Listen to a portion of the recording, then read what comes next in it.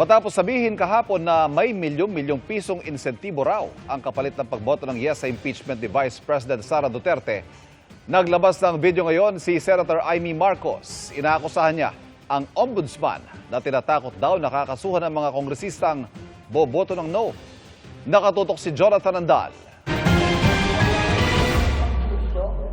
Bukas na ang debate at posibleng botohan sa Kamara kung mai-impeach o hindi si Vice President Sara Duterte. Ang kanyang defense team magmomonitor sa mangyayari sa plenaryo. Ang Partido Demokratikong Pilipino o PDP laban na suportado ang pagtakbo ng bise sa 2028 presidential elections kahit hindi nila kapartido, nagbabala sa mga kongresistang boboto ng yes sa impeachment.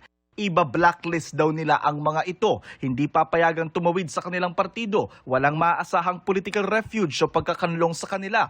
Kung kakailanganin, magpapatakbo o susuporta sila ng makakalabang kandidato sa distrito ng kongresistang boboto ng yes. Sabi ng PDP laban, hindi yan banta kundi political accountability. Ang kapatid ng bise na si Davao City Mayor Baste Duterte ang pangulo ngayon ng PDP laban.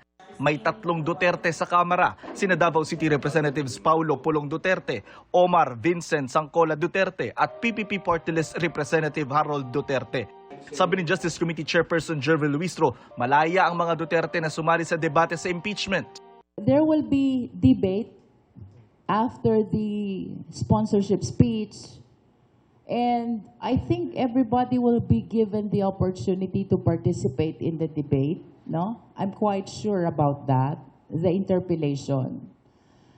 But with respect to the explanation of vote, siguro i-consider din ng rules kung ilan ang House members who are interested to explain their vote. Sa Senadora Amy Marcos, naglabas ng video tungkol sa nakuha raw niyang impormasyon ng posible anyang kahinatnan ng mga hindi boboto para ma-impeach ang bise. May bagong pananakot ngayon. 3 little letters na naman. Ang pangalan, Ombudsman. OMB. Nakakatakot dahil kakasuhan ka raw kapag hindi ka bumoto para sa impeachment ni VP Sara. Maliban pa sa OMB, may DOJ pa, may NBI pa, may SEC pa. Hiningan namin ng pahayag si Ombudsman Jesus Crispin Remulla pero wala pa siyang tugon. Sabi ni Palace Press Officer Undersecretary Claire Castro, tila nasasanay ang ilang matataas na opisyal na bumabase lang sa anyay haka-haka. Mas may kredibilidad anya kung maghuhusga na may ebidensya. Sabi ni Castro, nakakahawa raw pala ang gawain ni dating Pangulong Rodrigo Duterte sa anyay paggawa ng intriga at pagtanim ng ebidensya. Huwag daw itong tularan.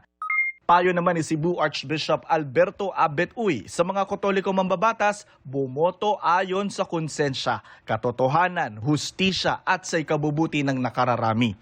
Jonathan Andal, Nakatutok, 24 Oras.